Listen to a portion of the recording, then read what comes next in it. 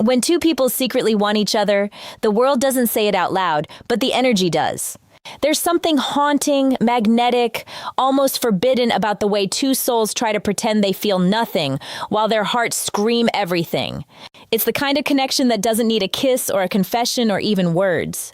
Because the truth hides in the silence, the stolen glances, the way your body reacts before your mind can control it.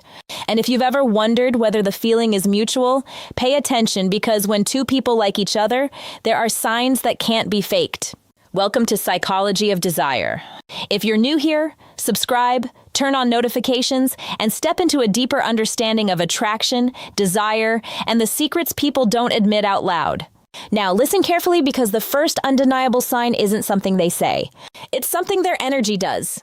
It's the way their presence changes you. You don't even have to see them walk into the room. Somehow your body just knows. Your heartbeat reacts before your eyes confirm they're near. You straighten up, fix your posture, try to pretend you weren't waiting for them, but your mind was already rehearsing what to say. And here's the psychological twist. When two people are mutually attracted, the body anticipates connection before the brain logically approves it.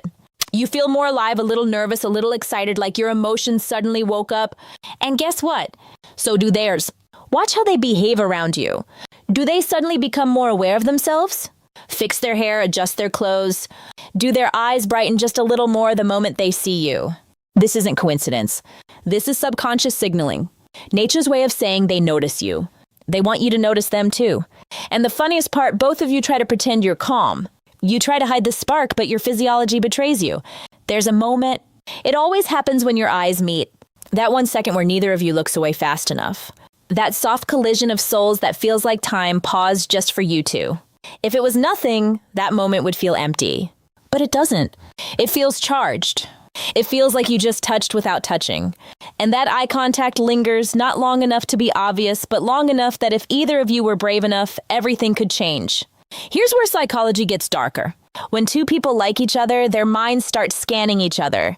The way a thief scans a locked safe, quietly, carefully, trying not to get caught. You notice their hands, their voice, the way they laugh, the way they smile. And they're noticing you too. You don't stare. They don't stare, but you both look again and again like two magnets pretending they aren't being pulled. Sometimes the connection is so strong it almost scares you. You don't know why you feel drawn to them? You just do. You think about what they might be thinking. You replay conversations. You analyze moments that should have been ordinary, but for some reason weren't. This is the first undeniable sign a person can hide their words, control their behavior, mask their intentions. But attraction leaks through the body. It shows in the eyes. It shows in the voice. It shows in the way silence becomes loud when they're standing next to you.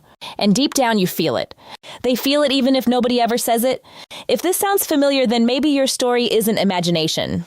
Maybe it's mutual. There's another sign. Subtle, innocent on the surface, but psychologically powerful. When someone likes you and you like them back, conversations stop being normal. They become heavier, deeper, strangely meaningful. Even when you're talking about nothing, you know that feeling, right? Where a simple "how was your day?" suddenly feels intimate. Not because of the words, but because of the tone. Their voice softens with you. Yours does too. You both talk like you're trying to undress each other's mind without being obvious. This is where the emotional vulnerability starts slipping through the cracks. Most people talk to others on autopilot. Quick replies, shallow details, no emotional investment. But when two people secretly care, they stop being robotic. They start revealing pieces of themselves. You notice how they tell you personal things they don't tell everyone? Fears, dreams, what keeps them awake at night, the things that are heavy, private, unfiltered. And here's the psychological clue. Humans don't open up to people they feel nothing for. We only reveal our real self when we feel emotionally safe. And attraction creates that safety faster than friendship ever can. Watch how their body language changes when you talk. They lean in without realizing. Their voice gets quieter, like the conversation belongs only to you. They listen differently, not to respond, but to understand. They remember the little things you say, the tiny details, the things most people forget within seconds. But they don't forget because you're not just anyone to them. And you're not innocent either. You remember their favorite song, their favorite coffee, the way they said something 3 weeks ago. You replay it in your head. Why? Because your mind stores what your heart wants. There's also a darker layer here. Little moments of jealousy, not dramatic, not loud, just quiet flashes of tension. Someone else talks to you and you see that subtle shift in their eyes. They try to act unbothered, but the smile gets tighter. Their posture changes. They suddenly need your attention back. Even if they won't admit it, you feel it too. When someone else has their attention, you notice yourself watching, not because you're possessive, but because you care. And yet both of you pretend nothing is happening. You smile like everything is normal, but inside your heart says, why are they giving their attention to someone else? They're supposed to look at me. It's silent jealousy, the kind that only happens when feelings exist. But here's the most fascinating part. Your conversations may not even be constant. You don't have to talk every day. You don't need to text all the time because the connection isn't based on frequency. It's based on intensity. You can go hours, days, even weeks without speaking. But when the conversation returns, it feels like it never paused. Like no time exists between you. Like the thread between you never broke. That's not coincidence. That's emotional imprinting. When someone matters, they don't just exist in your life. They exist in your mind. And maybe you've tried to move on, forget, or distance yourself. But the attraction pulls you back every time two people who like each other can pretend they're friends. They can pretend they're just being nice. They can pretend the feelings don't exist, but energy never lies. Behavior never lies. And silence, especially the kind that feels full, definitely never lies. If this sounds like your story, you're not imagining it. Sometimes the strongest sign isn't in what someone does, it's in what they can't do. When two people like each other, there's a strange tension, a push and pull that neither of you fully controls. You try to act normal, calm, and different, but your emotions keep exposing you in ways you never planned.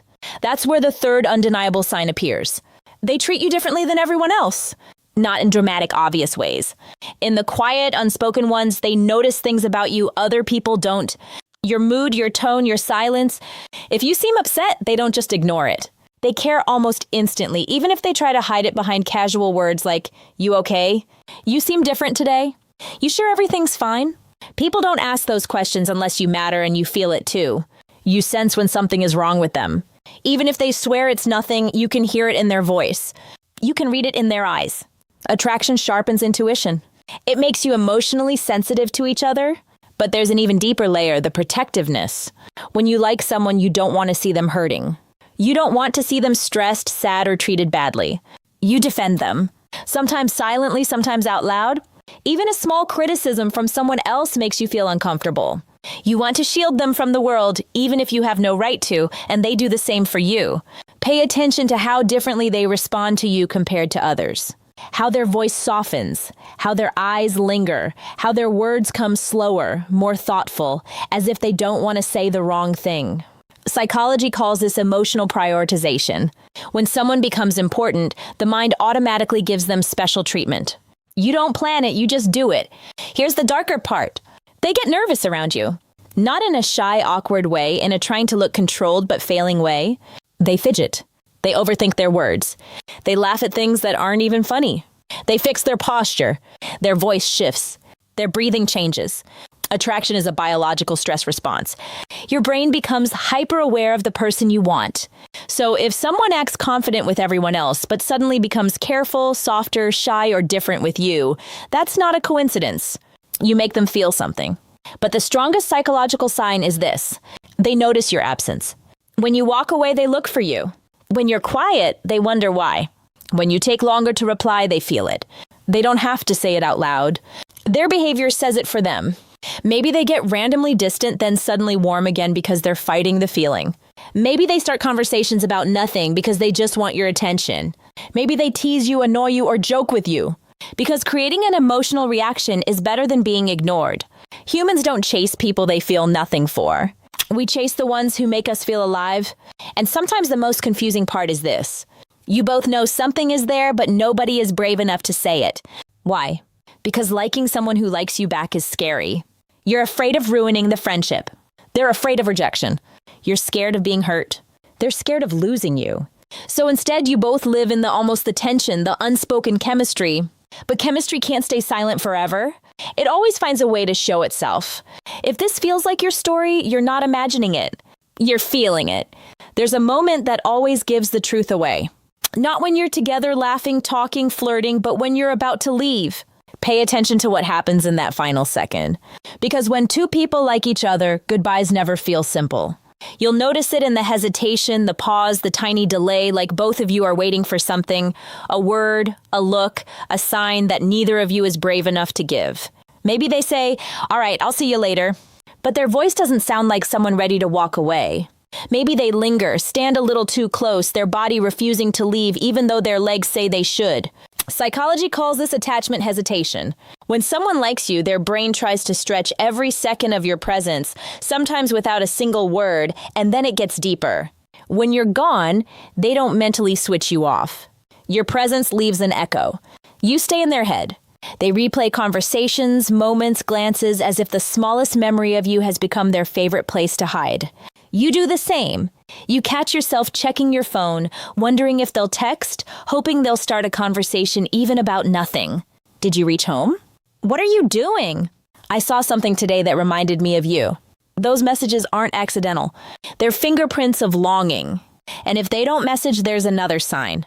They watch your stories like your posts, react to your updates quietly, consistently, because people who like you will always seek some form of presence in your world, even if they don't have the courage to say what they feel. But here's where the psychology turns darker and more powerful. Even silence becomes communication.